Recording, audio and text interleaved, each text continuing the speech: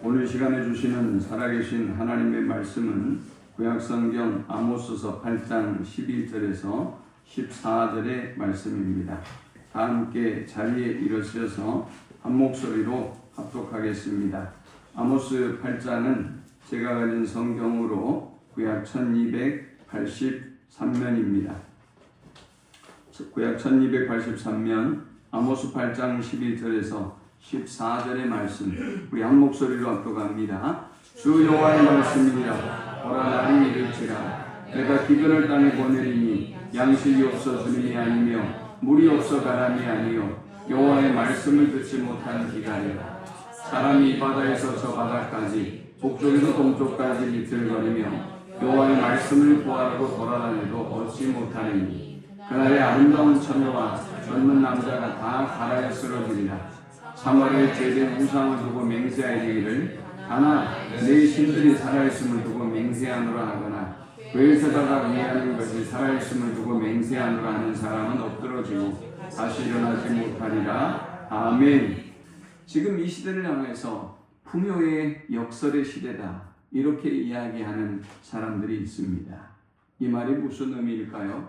우리는 전례 없는 풍요로운 시대를 살아가고 있다는 것입니다. 전례 없는 물질적인 풍요를 누리며 살아가고 있습니다. 우리는 전례 없는 정보의 홍수 속에 살아가고 있습니다. 여러분이 손끝 하나만 까딱하더라도 전 세계의 모든 곳을 여행해 볼 수도 있고요.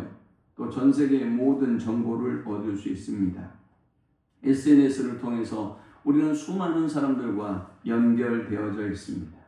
여러분이 흔히 사용하는 어떤 방에도 얼마나 많은 사람들이 함께 정보를 공유하고 안부를 공유하고 생활하고 있는지 모릅니다. 그런데 참 놀랍게도 역설적으로 현대인은 외로움에 공허감에 몸서리치는 삶을 살아가고 있습니다. 현대인들은 온갖 종류의 재미있는 문화 콘텐츠를 수없이 많이 가지고 있습니다. 수없이 많은 오락거리가 여러분의 눈앞에서 언제든지 여러분이 원하는 대로 펼쳐지고 있습니다. 그런데 놀랍게도 정신질환을 앓고 있는 사람은 점점 더 많아져 갑니다. 영적인 갈증으로 방황하는 사람들도 더욱더 많아져 갑니다. 사람들은 육체적인 굶주림이 가져오는 고통에 대해서 집중하고 있지만, 그러나 사실은 그렇지 않습니다. 육체적 굶주림이 가져오는 경제적인 결핍과 여러분이 육체적으로 경험하는 결핍이 가져오는 고통은 그렇게 오래가지 않습니다. 이것은 즉각적이고 가시적이지만 그러나 금세 또 해결되기도 합니다. 그러나 더 큰 문제는 영혼의 기갈입니다. 영혼의 기갈은 보이지 않습니다. 은밀하게 찾아옵니다. 점점 더 여러분의 존재의 심층을 파괴하고 흔들어 놓습니다. 삶의 의미와 목적과 방향을 송두리째 흔들어 버립니다. 그러므로 이 말씀의 기갈은 여러분이 이 땅에서 경험하고 있는 어떤 물질의 기갈, 혹은 어떤 풍요로움의 기갈, 어떤 재정적인 문제나 어떤 관계의 기갈과는 비교할 수 없는 기갈이라는 사실을 우리가 기억해야 합니다.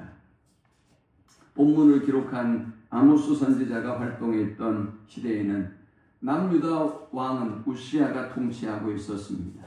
그리고 북이스라엘은 여로보암 2세라고 하는 아주 뛰어난 왕이 정치하고 있었던 때였습니다. 북이스라엘은 이 여로보암 2세의 탁월한 정치적으로 말미암아 정치적인 안정을 구가하게 되었고 또 경제적인 번영을 누렸던 시대였습니다. 그러나 바로 그러한 때 지도층의 부패가 극심했습니다. 부자들의 탐욕은 하늘을 찔렀습니다. 그들은 가난한 자들을 착취했습니다. 이 시대가 더 심각한 문제를 가지고 있었던 것은 그들은 예배했다는 것입니다. 그들은 제사를 드렸다는 것입니다. 문제는 그들의 종교적인 행위가 매우 형식적인 위장된 예배였고 위장된 제사였다라는 것이 문제였습니다. 그들은 저와 여러분처럼 이 자리에 앉아 있으나 마음은 이곳에 있지 않습니다. 저와 여러분처럼 하나님께 예배한다고 하나님을 바라보고 있지만 하나님이 왕이 아니라 여러분 자신이 왕으로 그렇게 형식적인 제사로 하나님께 나아가고 있었습니다. 바로 이때 하나님께서 백성들을 향한 준엄한 심판을 선언합니다. 그 심판의 정점이 바로 오늘 본문의 말씀입니다. 11절에 주 여호와의 말씀이니라. 보라 날이 이를지라 내가 기근을 땅에 보내리니 양식이 없어 주림이 아니며 물이 없어 가람이 아니요 여호와의 말씀을 듣지 못한 기갈이다 라고 말씀했습니다. 양식이 없는 기갈 아무것도 아니라는 것입니다. 물이 없는 가뭄과 목마름, 이거 하나님이 주시는 다음의 이 징계와 심판에 비교해 본다면 아무것도 아니라는 것입니다. 오히려 이보다 훨씬 더 큰 기갈, 훨씬 더 큰 고통은 바로 하나님의 말씀을 듣지 못한 기갈이다 라고 하나님이 경고하고 있습니다. 그렇다면 말씀을 듣지 못한 말씀의 기갈의 시대에는 어떤 문제가 있는 것일까요? 오늘 여러분에게는, 오늘 지금 여러분이 경험하고 있는 삶에는 어떤 기갈이, 어떤 기근이 있는지요? 첫 번째, 주님은 이 말씀의 기갈은 육체의 기갈을 능가한다, 뛰어넘는다 라고 말씀하셨습니다. 11절에 주 여호와의 말씀이라 보라 날이 이를지라 내가 기근을 땅에 보내리니 양식이 없어 주림이 아니며 물이 없어 가람이 아니요 여호와의 말씀을 듣지 못한 기갈이라 라고 했습니다. 아모스가 활동하던 시대에 가장 원시적이고 또 치명적인 재앙이 무엇일까요? 기근입니다. 기근이 그 시대에 가장 엄청난 심판일 것입니다. 이 기근은 고대의 공동체를 해체하는 파괴적인 결과를 가져옵니다. 또 고대 공동체가 온통 죽음에 이르게 되는 파괴적인 멸망을 보게 됩니다. 이렇게 기근은 무서운 결과를 낳습니다. 농경사회에서 곡식이 마르고 물이 끊긴다? 이것은 생명의 기반 자체가 무너지는 것을 의미합니다.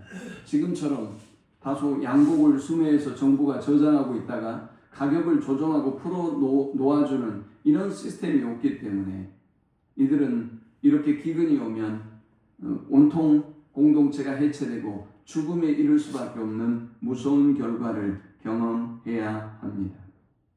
하지만 하나님께서 아모스를 통해 예고하시는 기근은 놀랍게도 육체적인 기근이 아니었습니다. 그분은 양식이 없어 주림이 아니며 물이 없어 가람이 아니요 여호와의 말씀을 듣지 못한 기갈이다 라고 그 기근의 실체를 말씀하셨습니다. 이것은 당시 이스라엘의 상황에서 상상할 수 없는 기근입니다. 그들은 지금 부족함이 없습니다. 그들은 열심히 나름대로 제사했고요. 그리고 물질적인 풍요를 지금 누리고 있습니다. 그들은 성전에 제사를 드렸고 절기도 잘 지켰습니다. 그런데 주님이 이들에게 영적인 기근, 영적인 간급함을 주시겠다고 하니 도무지 그들은 이해할 수 없었던 것입니다. 그들의 문제는 무엇일까요? 우리처럼 종교적인 형식은 존재하지만 그러나 마음이 없는 예배로, 하나님이 사라진 제사와 예배로 하나님께 나아갔습니다. 그들은 말씀이 없는 그런 의미 없는 제사로 하나님 앞에 나아갔던 것입니다. 여러분, 이 말씀이 없다는 것 무엇을 의미할까요?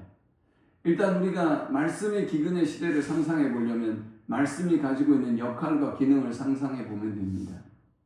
말씀이 우리에게 어떤 기능을 할까요? 사도행전 2장 36절에서 38절은 이렇게 말씀합니다. 그런즉 이스라엘 온 집은 확실히 알지니 너희가 십자가에 못 박은 이 예수를 하나님이 주와 그리스도가 되게 하셨느니라 하니라. 그들이 이 말을 듣고 마음에 찔려 베드로와 다른 사도들에게 물어 이르되 형제들아 우리가 어찌할까 하거늘 베드로가 이르되 너희가 회개하여 각각 예수 그리스도 이름으로 세례를 받고 죄사함을 받으라. 그리하면 성령의 선물을 받으리니 했습니다. 하나님의 말씀이 선포되고 하나님의 말씀이 여러분에게 들리면, 하나님의 말씀을 여러분이 듣게 되면 그때는 여러분의 죄를 깨닫게 되고 회개하는 역사가 일어난다라는 것입니다. 여러분, 이 시대에 말씀이 없습니까? 여러분은 온라인 그냥 접속만 하면 말씀의 홍수 시대에 여러분이 원하는 선교자들의 수많은 설교를 들을 수 있습니다. 왜 우리가 변하지 않는 것일까요? 왜 우리가 이 말씀의 역사를 경험하지 못하는 것일까요? 듣기는 들어도 영적으로 들리지 않기 때문입니다. 영적으로 깨닫지 못하기 때문에 우리는 그 많은 설교를 들어도 저와 여러분의 삶 속에 어떤 변화도 일어나지 않는 것입니다. 말씀의 기근이 어떻게 우리에게 임한다고 했습니까? 물이 없어 가람이 아니요 여호와의 말씀을 듣지 못한 기간이라 했습니다. 말씀이 없는 기간이라고 말씀한 게 아니에요. 말씀을 듣지 못한 기간이에요. 말씀은 있는데 저와 여러분이 말씀을 듣지 못하는 것입니다. 그래서 이 기간이 임했고 우리는 말씀을 듣지 못하기 때문에 죄를 알지 못하고 회개하지 못하고 구원에 이르지 못하는 것입니다. 말씀은 또 어떤 기능을 할까요?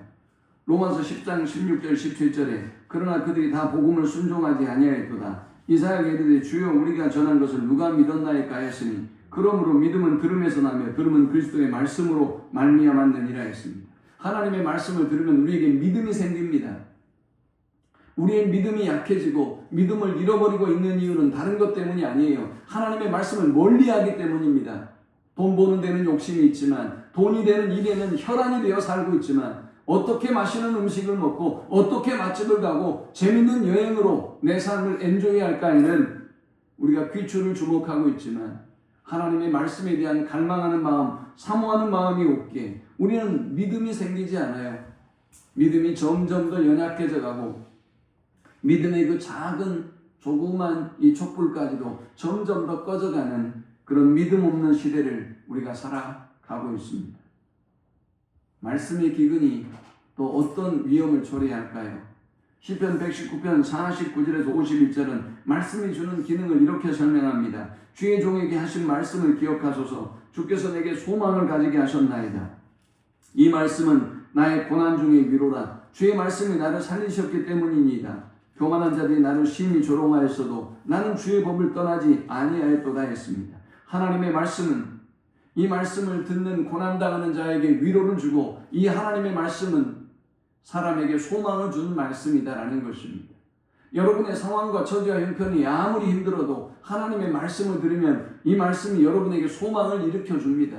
이 말씀이 저와 여러분을 위로하는 것입니다. 우리의 자녀들이 처지와 형편이 아무리 힘들어도 하나님의 말씀을 가까이 하는 사람은 결코 낙심하거나 절망하는 법이 없는 것입니다. 시편 119편 92절 93절은 하나님의 말씀의 기능을 이렇게 말씀합니다. 주의 법이 나의 즐거움이 되지 아니하였다면 내가 내 고난 중에 멸망하였으리이다. 내가 주의 법도를 영원히 잊지 아니하오니 주께서 이것들 때문에 나를 살게 하심이니이다. 하나님의 말씀은 우리에게 즐거움을 줍니다. 여러분의 삶에 즐거움이 없으세요? 인생에 낙이 없다라는 말이 늘 습관처럼 내뱉어지고 있습니까?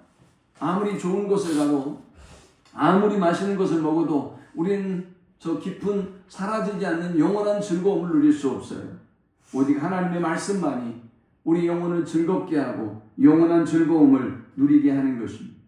이 하나님의 말씀은 죽을 것 같은 저와 여러분의 절망의 상황에서 우리를 일으켜 세우시고 살리시는 역할을 합니다. 주께서 이것들 때문에 나를 살게 하심이니이다 했습니다. 하나님의 말씀을 가까이 하는 사람들의 삶을 보십시오. 그들은 아무리 힘들고 어려워도 또 살아납니다. 아침에 주님의 말씀을 기다리고 사모하였다가 그 말씀을 듣고 또 일어나 빛을 발하게 됩니다. 그러나 하나님의 말씀을 가까이 하지 않는 사람들은 늘 힘이 없죠. 늘 죽겠다고 말합니다. 늘 사업이 어렵고 늘 생활이 어렵고 내 삶은 온통 힘들고 고난뿐이라고 고백합니다. 하나님의 말씀을 가까이 해서 하나님의 말씀이 주시는 그 즐거움과 하나님의 말씀이 주는 그 생명력을 누리는 우리 모두가 되실 수 있기를 축원합니다. 시편 119편 105절에서 107절은 하나님의 말씀의 기능을 이렇게 설명합니다. 주의 말씀은 내 발의 등이요 내 길의 빛이니이다. 주의 의로운 규례들을 지키기로 맹세하고 굳게 정하였나이다. 나의 고난이 매우 심하오니 여호와여 주의 말씀대로 나를 살아나게 하소서 했습니다. 하나님의 말씀은 저와 여러분의 인생의 길을 지도하고 인도합니다.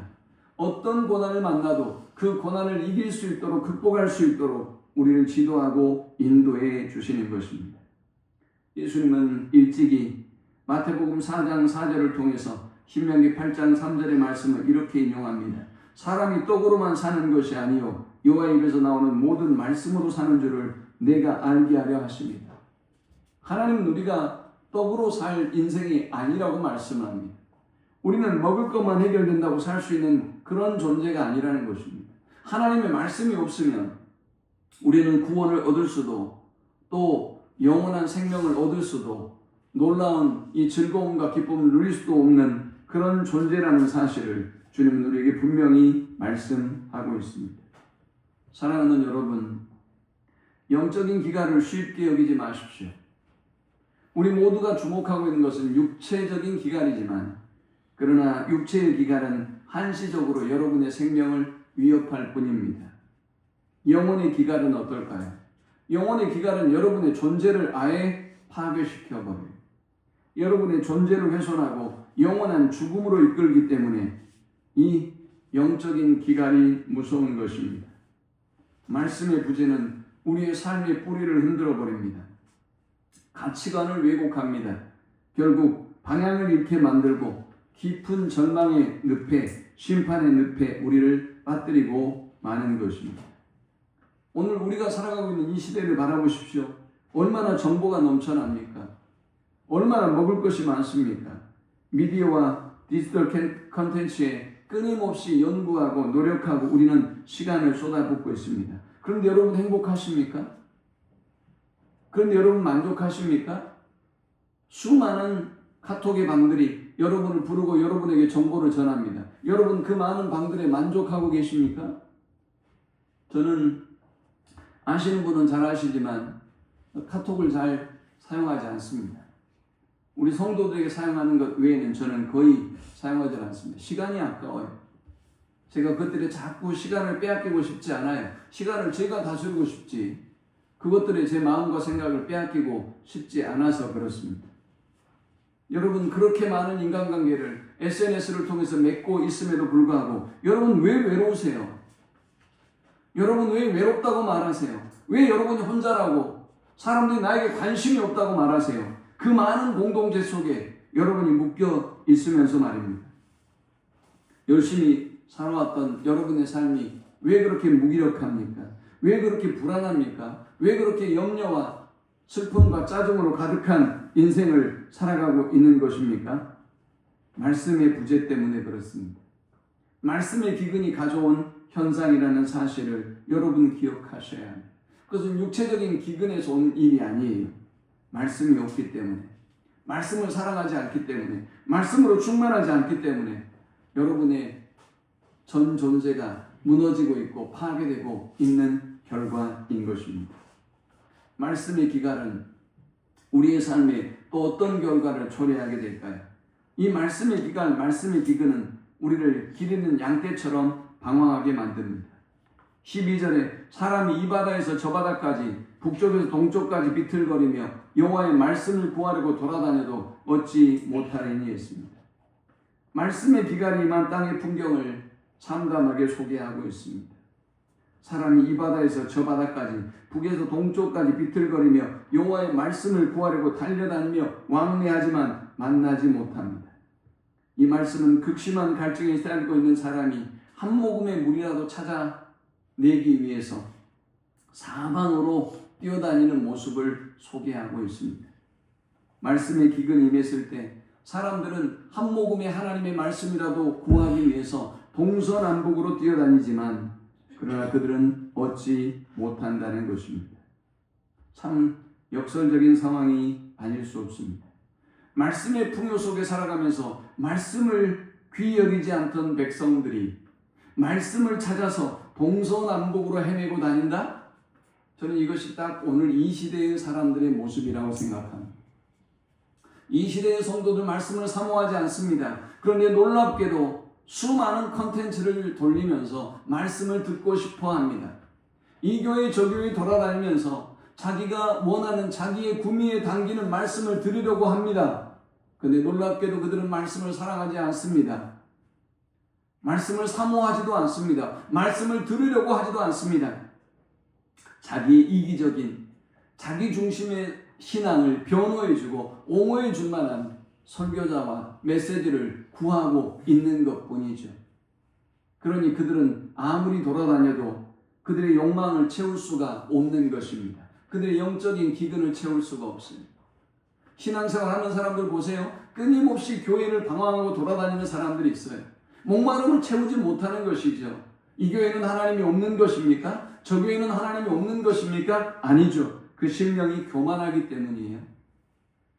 그 심령이 하나님의 말씀 앞에 나가지지 않기 때문이에요. 그 심령이 하나님의 말씀대로 살고자 하는 열망보다는 내 마음과 내 뜻대로 살고자 하는 열망이 훨씬 더 강하기 때문입니다.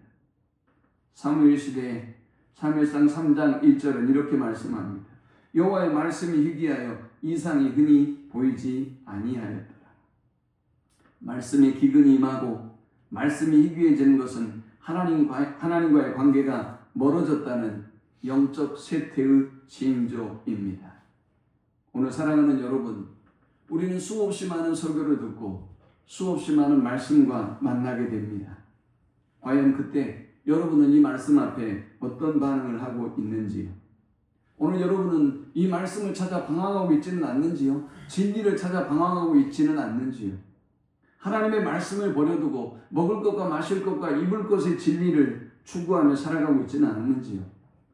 하나님의 말씀보다 여러분의 삶을 즐기고 엔조이할 만한 그 어떤 것들을 찾기 위해서 동에서부터 남으로, 또 동에서 서쪽으로, 북에서 남으로 그렇게 헤매이고 있지는 않는지요? 오늘 여러분의 헤매이고 있는, 갈망하고 있는 영혼을 바라보고 하나님의 말씀으로 돌아갈 수 있는 우리 모든 성도들이 되기를 축원합니다. 말씀의 기근이 우리 가운데 임했을 때 또 어떤 일이 벌어질까요? 사람들은 소망을 잃고 시들어 갑니다. 13절에 그날에 아름다운 처녀와 젊은 남자가 다 갈아여 쓰러지리라 했습니다. 말씀의 기갈은 단순히 개인적인 영적 고갈에 머물지 않습니다. 사회 전체가 미래를 잃어버리게 됩니다. 젊은 세대가 치명적인 영향을 받게 됩니다. 여기 아름다운 처녀, 젊은 남자가 갈아여 피곤할 것이라고 통탄하고 있습니다. 고대 사회에서 아름다운 처녀, 젊은 남자는 공동체의 활력과 생명력을 의미합니다. 미래의 소망을 상징하죠. 그런데 말씀이 없는 공동체는 이렇게 아름다운 처녀도 젊은 남자도 다 갈아여 쓰러지고 있다라고 말합니다. 요즘 젊은이들의 모습을 보십시오. 얼마나 젊은이들이 예쁘고 아름답습니까? 그런데 이들을 바라보면 꿈이 없고 희망이 없어요. 환경이나 탓하고 있고 말이죠. 부모나 탓하고 있고 나라나 탓하고 있어요. 그런데 제가 어렸을 때의 모습을 보면 우리 젊은이들은 그렇지 않았던 것 같아요. 전화번호 하나 들고 서울에 올라왔고, 그리고 대도시에 올라와서 그들은 그 꿈을 붙잡고 공장 생활을 시작하고, 그리고 주유소에서 아르바이트를 하고, 그리고 수많은 우유를 돌리고 신문을 돌리면서 꿈을 키웠던 젊은이들이 지금 한국 사회의 주역이 되었어요. 그들은 어떤 배경을 가지고 이 도시에 올라온 것이 아니죠. 그냥 꿈을 붙잡고 전화번호 하나 가지고 그 사람이 자신에게 환대할 것이라는 그 기대감을 가지고 올라오지만 그들의 삶은 척박하고 힘들었죠. 그러나 그들은 꿈을 포기하지 않았어요. 오늘 우리 사회를 보십시오. 도대체 젊은이들에게 부족한 것이 뭐가 있습니까? 요즘 우리 아이들에게 부족한 것이 도대체 무엇이 있습니까? 그런데 그들은 꿈을 잃어버리고 살아갑니다. 그들은 소망이 없습니다. 건강한 육체와 건강한 외모를 추구하긴 하지만 영혼은 피폐하고 활력이 없고 무기력한 삶을 살아갑니다. 방구석에 처박혀 있는 아이들이 많고, 그리고 도전하는 아이들이 점점 더 사라져가고 삶의 중심을 잃어버린 아이들이 많습니다. 왜 그럴까요? 말씀의 기갈이 그 영혼들을 그렇게 만들어 버리는 것입니다. 네 번째, 말씀의 기갈은 헛된 우상을 쫓게 하고 비극적인 멸망에 이르게 합니다. 14절에 사마리아의 죄된 우상을 두고 맹세하 이르기를 다나 내 신들이 살아있음을 두고 맹세하노라 하거나 브엘세바가 위하는 것이 살아있음을 두고 맹세하노라 하는 사람은 엎드러지고 다시 일어나지 못하리라 했습니다. 말씀의 기갈이 가져오는 결과는 영적인 피곤함만을, 그리고 영적인 방황만을 말하진 않습니다. 이 말씀은 이제 하나님을 버리고 다른 우상을 추구하고 살아가는 사람들에게 어떤 결과가 초래될 것인가를 우리에게 보여주는 말씀입니다. 사마리아의 죄된 우상이라고 먼저 쓰고 있습니다. 사마리아는 북이스라엘의 수도입니다. 그들은 이곳에서 아론이 우리를 저 애굽 땅에서 인도해낸 신이라고 모세가 시내산에 올라가 기도할 때 만들었던 금송아지를 숭배했던 곳이 바로 사마리아의 이 북이스라엘의 수도인 사마리아였습니다. 단이라고 하는 지역이 등장합니다. 이 단은 북이스라엘 최북단에 위치한 우상 숭배의 중심지였습니다. 또 브엘세바가 등장합니다. 브엘세바는 남유다의 최남단에 위치한 중요한 종교 도시였습니다. 하지만 이들은 이방 종교의 영향력 아래에 있었고 많은 사람들이 이곳에서 우상을 숭배하고 믿음을 저버리는 곳이 바로 이 브엘세바였습니다. 이렇게 하나님의 백성들이 하나님과의 관계가 멀어지고 하나님의 말씀을 버리자 헛된 것들의 마음과 생각을 빼앗기기 시작합니다. 사마리아의 마음을 빼앗기고 단의 마음을 빼앗기고 브엘세바의 마음을 빼앗겼습니다. 오늘 성도들이 하나님의 말씀과 멀어지고 하나님과의 관계가 멀어지면 헛된 것들의 마음과 생각을 빼앗깁니다. 사람에게 정을 구걸하기도 하고 또 물질의 그 욕심을 채우기 위하여 혈안이 되어 살아가기도 하고 먹을 것과 마실 것을 위하여 자신의 인생을 바치는 어리석은 삶을 살아갑니다. 그런 그들의 결과는 뭡니까? 엎드러지고 다시 일어나지 못하리라 라고 말씀하셨습니다. 하나님께서 영원한 심판을 그들에게 내리겠다고 말씀하신 것입니다. 이렇게 우리가 하나님의 말씀을 잃어버리고 살아가는 결과가 무서운 결과를 초래하게 됩니다. 사랑하는 여러분, 오늘 여러분은 하나님의 말씀을 사랑하고 계십니까? 여러분의 신앙의 중심이 하나님의 말씀이십니까? 아니면 여러분의 경험입니까? 여러분의 자아입니까? 또 여러분에게 영향력을 끼치는 어떤 다른 사람입니까? 우리는 이 종교개혁주의를 맞아 하나님의 말씀으로 다시 돌아가야 하겠습니다.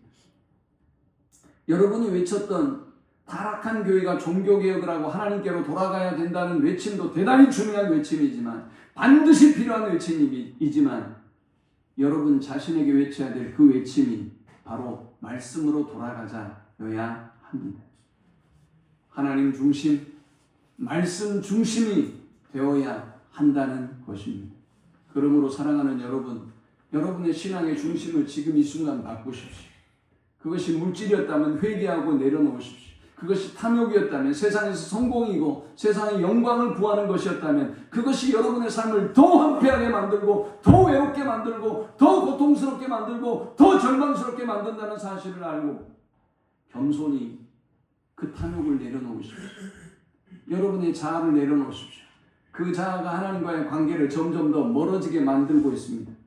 사람에게 정을 구하는, 인간관계를 구하는 신앙생활을 버리십시오. 하나님을 구해야죠. 하나님의 사랑을 구해야죠. 아무리 사람의 사랑을 구걸하고 구가해도 여러분의 욕망을 채울 수는 없어요. 여러분의 이기적인 죄성을 채우거나 만족시킬 수 없다는 것을 여러분 너무나 잘 알고 있지 않습니까?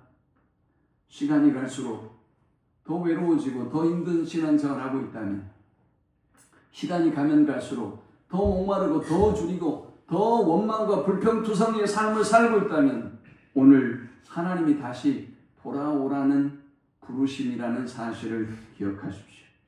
자, 이제 우리가 이 말씀의 기근의 문제를 해결하기 위해서 어떻게 해야 될까요? 먼저 11절의 말씀이죠.